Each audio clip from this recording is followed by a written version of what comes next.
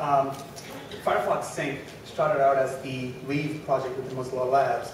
And a lot of what Weave set out to do goes back to what Tristan and Mitchell were talking about, which is as we spend more and more of our lives online and within the browser, there's a lot of data that the browser starts accumulating about you. And as you start moving from your awesome experience on your desktop, your awesome experience on your mobile phone, how do you make sure that all of this seamlessly flows with you?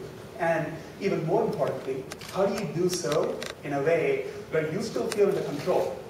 So if you look at a lot of services that are out there today, their whole strategy is to get your data and then to be able to mine the data to monetize it and to build other applications on top of it. So when we started building Sync, what we did was actually flip it on its head and said, what would it mean to build a synchronization service that put the user at the center, that put user control right in the middle? And so we started by saying, what if we just encrypted your data on your client, so even before it leaves your computer, it's locked down, so only you can ever have access to it. So that's what Firefox Sync does.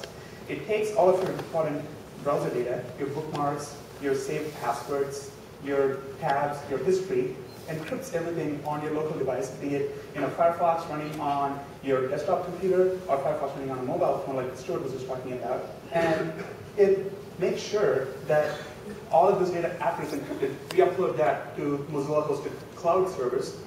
And then we enable you to bring that data and take it with you wherever you go. So I'm going to show a few demos of the kinds of new experiences that this enables, and also talk about another application that Jay's mentioned. So if you look at, so this is Fennec running on my N900, and you'll see that it already recognizes that I have Sync installed because it says that I can see tabs from my other computers.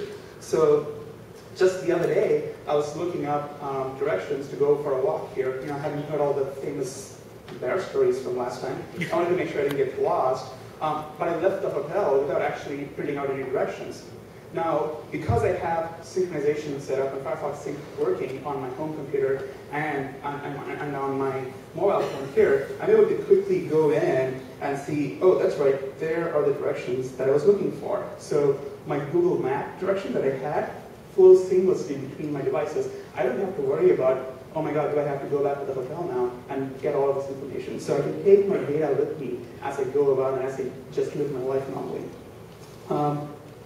Another really important experience, and this strikes true even more so on, again, mobile phones, is the fact that it's really, really hard to type on these devices. So with Firefox Sync, you're able to bring all of your history and your awesome bar data along with you on your phones as well. So if I want to go to the Mozilla Phonebook app, for example, I can just start typing in, LDAP, and there you go. The awesome bar results start flowing in on the awesome screen. And what's even better is because I have Sync set up to synchronize my passwords, I don't have to actually type in my passwords on a mobile phone. So you start to see how having your data in the cloud starts to open up a lot of really cool, innovative experiences that we can build in for people.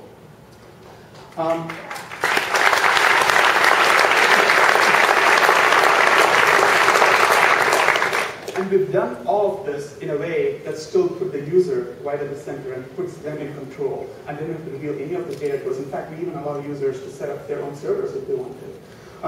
And just to show you how Fennec is also improving and is able to build upon this, my farm data has now synced over. So now I have the most frequent people that I look up, for example, and I'm just going to pick Dan Rakowski here, and when I search, you can see how my mobile phone experience has just improved tremendously just by being able to bring my data with me. I didn't have to start from scratch. I didn't have to type in all this information. Everything just streams from the years of work that I've put into my computer.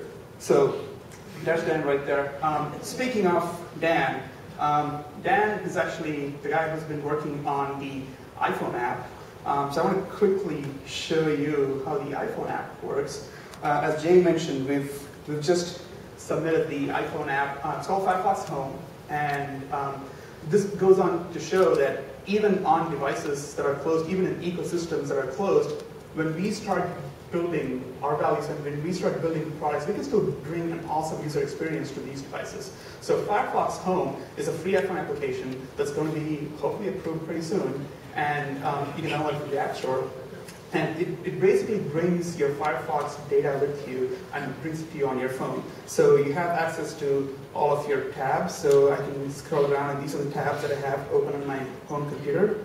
I have access to all of my bookmarks, and I have the option to open these bookmarks either in the built-in viewer, or I can also pop out and have it open in Safari. I can mail a link. So you can start to see how a lot of the information that I have is now available and accessible on a device like the iPhone. And I also have access to my awesome bar here. So if I want to look up a slideshow that I was just looking at, I can start typing in, and I know that my awesome bar results are now immediately available, so I can start looking and using the data with me on the go, even on devices like the iPhone.